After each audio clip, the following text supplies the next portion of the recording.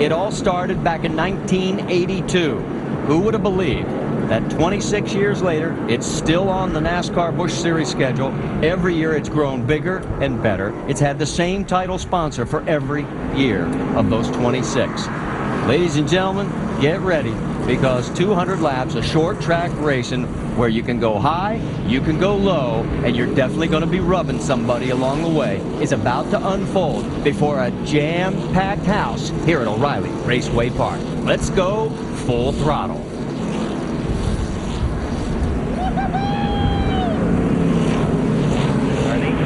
Team in the outside lane, or they're going to flag flag. Green. Everything's outside. Corner bumper.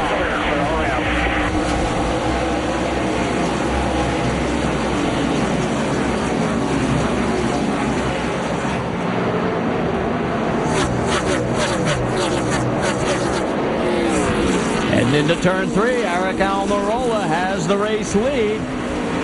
Got some bumping and banging going on. You're on board with Carl Edwards. Already the battle for second, and look at the 77. He's got a big old donut on his door for Ron Hornaday. He started the truck race same way last night. Him and Mike Skinner were beating and banging.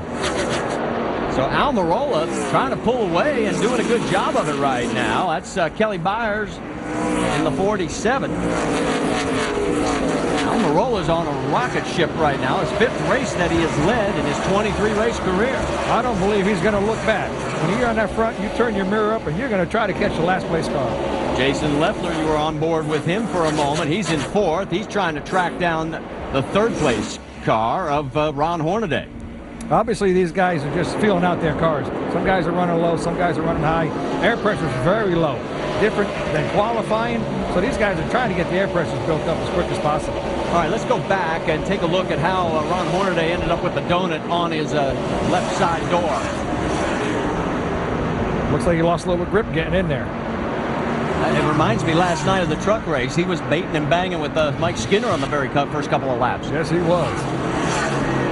Shannon, you got more on Hornaday?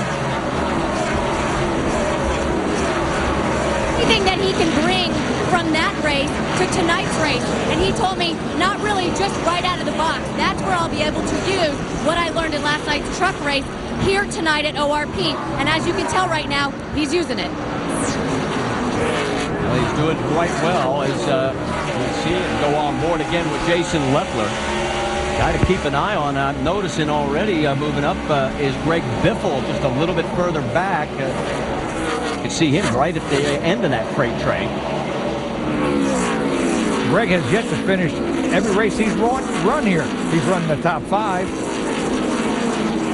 Meanwhile, the battle up front for the top 3 is really Aric Almirola out in front by a sizable gap right now. Jason Leffler's working on Hornaday. Here he is. He says, okay, I'm going to put a slide job on you. There from high above, you can see there's the low line in effect. It's a little tighter. You got to get out of the throttle a little bit. Let's get more on the 38 car from Jackaroo. Well, you saw the way the tail wagged the dog on Jason Leffler's brake switch machine as he battles there. The problem is, according to what Jason told me before the race, they can't get the car to drive off the corner the way they would like. Randy, that's the biggest problem everybody has here, though. Absolutely. If you get the car to turn well in the center, they're usually too loose, but you can control that with the throttle. This is a racetrack where you have to be very easy on the throttle. Oh, you see a little wiggle by the 77. Leffler's trying to take advantage of it. Can't get it done. The high line still seems to be the quicker way around right now. Let's take a look at the telemetry here, and you can see how much throttle response you're getting on down the straightaway. They'll mash it. Absolutely. I mean, some of these racetracks, when you get in a tire run, you might not ever get wide open until the start-finish line. You can see where he's just pedaling, gets full throttle when he's straight. It could be because it's also you can take the chance to get a lot of wheel spin here early. That's right. If you make the tires mad, all you're doing is taking laps at the end of the run. I mean, these tires are probably very good for 60, 70 laps. The more you spin them, you can back that up to 40 or 50 laps. Leffler looks like he's trying to get again. Can't get it done. And he's going to have to fall back in line. No, he's going to take the dive. Can he put the slide on him? No, not anywhere near close enough to completing it. He could if he wanted to put him another donut. Yeah, if he could give him a matching pair. On board right now with Leffler. And right behind these two is Greg Biffle. Biffle, who started 10th, the only one of the double-duty drivers to make it over here for qualifying. And he is on the move himself. And he is coming around as well. So Biffle in the 16 car. Let's get more on Biffle. Vince? Well, guys, it's interesting. Eddie Pardue, his crew chief, came on the radio to him just a little bit ago in the first few laps of the race and said, let it come to you. Everything will be fine. And Greg got on the radio and said, there's no letting this car come to me. It's a monster. So this car's a handful already, but he's doing a pretty good job with it, but it is wicked loose. Well, you can tell just by watching, he is hanging it out. Now take a look a little bit further back, and you can see the 10 car. That, of course, is Mike Bliss. As he qualified the car, stayed in it. They decided not to have Blaney come over and run the car. Oh, and we've got contact up in turn number 2, and that is Landon Cassill. The 18-year-old Landon Cassill, who did so well. Get it fired up.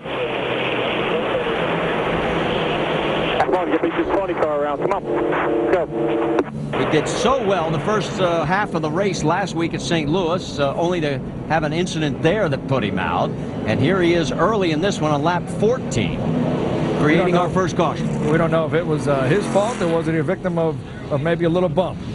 Well, let's go back and find out. Keep an eye out on the 24. Oh, it looked like Steve Wallace may have given him an assist. Bump drafting getting in. That's not the hot ticket. So there might not be Christmas dinner invitations going out to Steve from Landon. Not at all. If you've just seen a 99 car went by him on the inside, he's making the quickest progress. Let's go on board with Carl Edwards to see what his view was like. Waiting there for Landon. Here we go. Here they're going down. They're both on the outside. Well, it looked like Landon got a little loose before Steven got into him. Okay. You know, that happens. I wrecked Mike McLaughlin here once, and his wife never let me forget about it. So it looks like the leaders will stay out, except for the 77. Ron Hornaday is in, and you can see the damage in the 24. We're going to take a break here at ORP.